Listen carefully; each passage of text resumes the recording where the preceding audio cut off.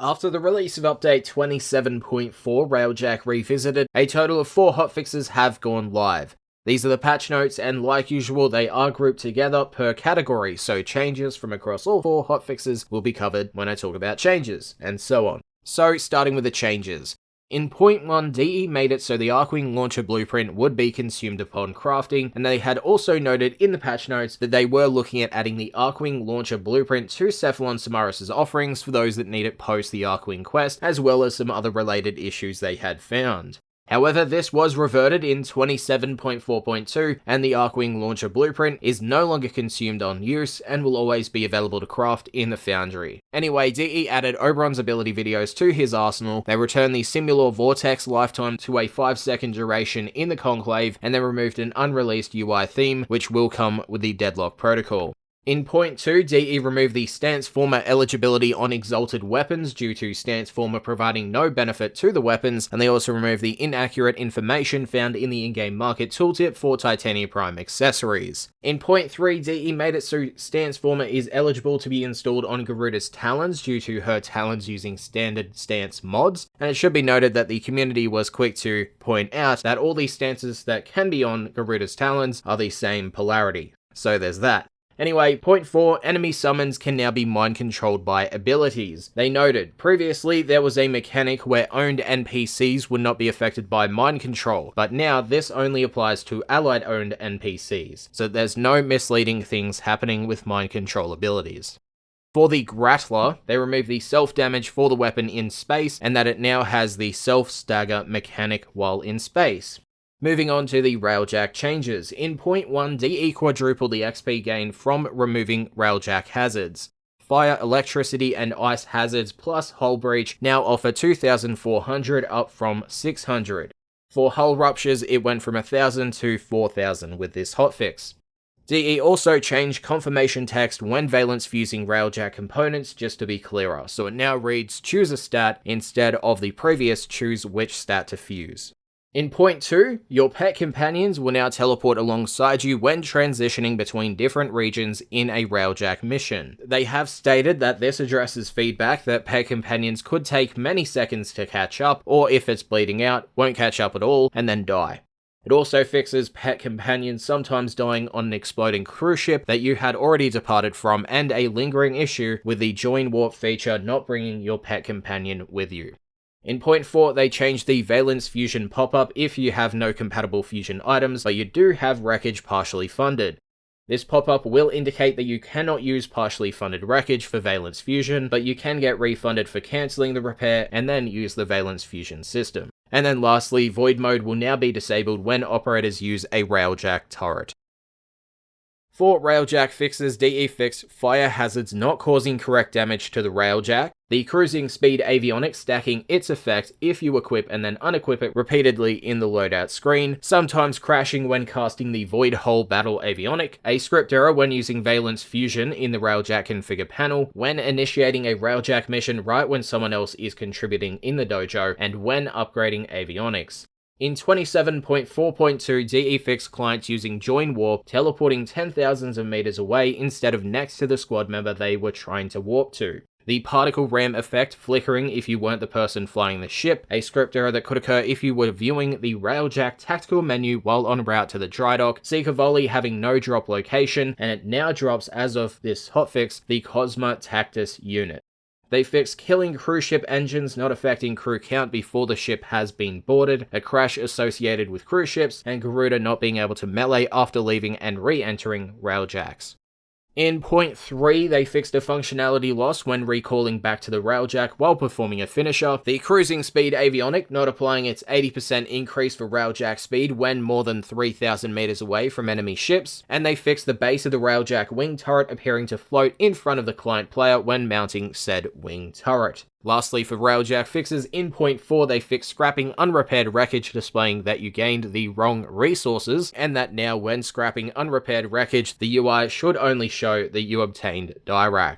They fixed another case of fire malfunctions not damaging the Railjack in higher level missions, radial explosions from weapons such as the Panther not doing damage to cruise ship reactors, the join warp feature not bringing your pet companion with you. They fixed again the cruising speed avionic not applying its 80% increase for Railjack speed when more than 3,000 meters away from enemy ships. Fixed using a forging bay as the operator not correctly tracking which forge you were trying to use, causing forgers to appear busy when they really weren't. They fixed weird operator animations when using the forward artillery on the Railjack, and countermeasures and Fiery Phoenix avionic descriptions not matching their updated functionality. For optimizations, there were two, which came in 0.4, where they hardened the content update system against third-party proxies with corrupt or stale data, and they fixed content update stopping abruptly when encountering any network problem. For the overall game fixes, in 0.1, DE fixed the Mutilus Sonos and Pox damage over time applying self-damage, the Atlas Rumbled Augment damage absorption not blocking all damage to shields or health, and the Pressure Point style damage mods not affecting damage. They fixed the Larkspur not showing the lead indicator when it's in the alt-fire mode, primary kitgun grips being available to preview at Rude Zood's shop, and they noted that these will be releasing with the Deadlock Protocol. They fixed every chat-linked relic, displaying a Lith S8 relic. Fixes were made towards the Valis and Plains Vardalon NPCs that sometimes end up in a navigationless area, becoming completely stationary when there is no way for them to get to proper land. They fixed some missing pause menu text, some explosion effects being absent, some market items displaying singular platinum and credit prices, a script error that could break the excavation HUD, a server script error when changing arcanes, when casting Atlas's Petrify ability, dying in Rathum or the Index, when selecting a new color in the color palette, and they fixed a script error when fishing that resulted in an inability to use dye, fish not moving, and more. In 0.2, DE fixed a major issue with projectiles having more critical chance than intended. Apparently this issue was introduced with the Warframe mainline update, that being 27.4. DE fixed an issue with the Jackal and Razorback functionality in terms of the boss properly navigating the rooms, a functionality loss when selecting the category bar in the mod section of the codex and then attempting to search. They fixed not receiving the correct Kavat genetic code when purchasing the Kavat starter kit from the in-game market, and that a script was run after the release of this hotfix, where anyone who had purchased that during the period that it was broken has been given the amount that they should have gotten. DE fixed Arc Melee in normal Arcwing missions, teleporting you into abrupt and incorrect places, as well as the magnetism working irregularly. They also noted we are still working on polishing this up.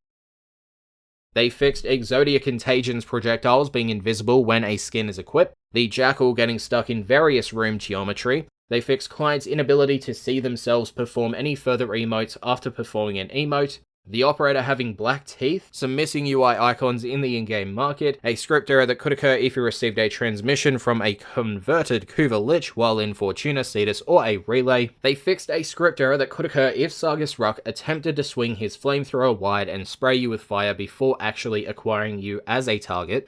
A script error that could occur for clients if someone died during the energy draining phase of the Power Drift puzzle. They fixed a couple script errors that could occur while fighting the Cunning Drift Security Eye, a script error when playing Happy Zephyr or Wormius while not logged in, and they fixed the squad menu displaying the incorrect equip relic name and always displaying as the error, category, and rank text.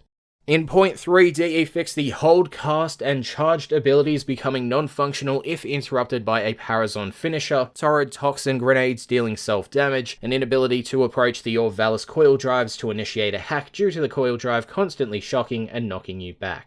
They fixed the Grattler projectile sometimes immediately exploding when fired, which sometimes resulted in a crash, a misleading spike in the launcher download speed indicator when a lot of updates are aborted at once, and they fixed a script error in Rail's Condemn ability. We then conclude the video with hotfix 27.4.4, where DE fixed crashing when buying an appearance slot for the Arcada in the arsenal, a functionality loss when opening the pause menu while the in-game market is loading, an inability to acquire manifestations during the Chains of Harrow quest, the Kuvray Anger causing self-damage when out in space, a potential fix was made for losing focus XP in certain areas, cases where some damage and status effects might bypass Rhino's Iron Skin, Fixes were made towards many NPC leaping abilities, potentially causing them to land off navigation and becoming stuck, which, as DE notes, also contributed to defense missions that use NPCs as the objective, randomly failing. They fixed performing a mercy kill while the Atlas Rumbled augment is active, giving you back your regular weapon during the Rumbled phase. They fixed Zors using weapon skins covering the Warframe with the weapon's elemental effect. Melee polearms becoming greatly stretched when equipped with the polearm Jotunheim skin.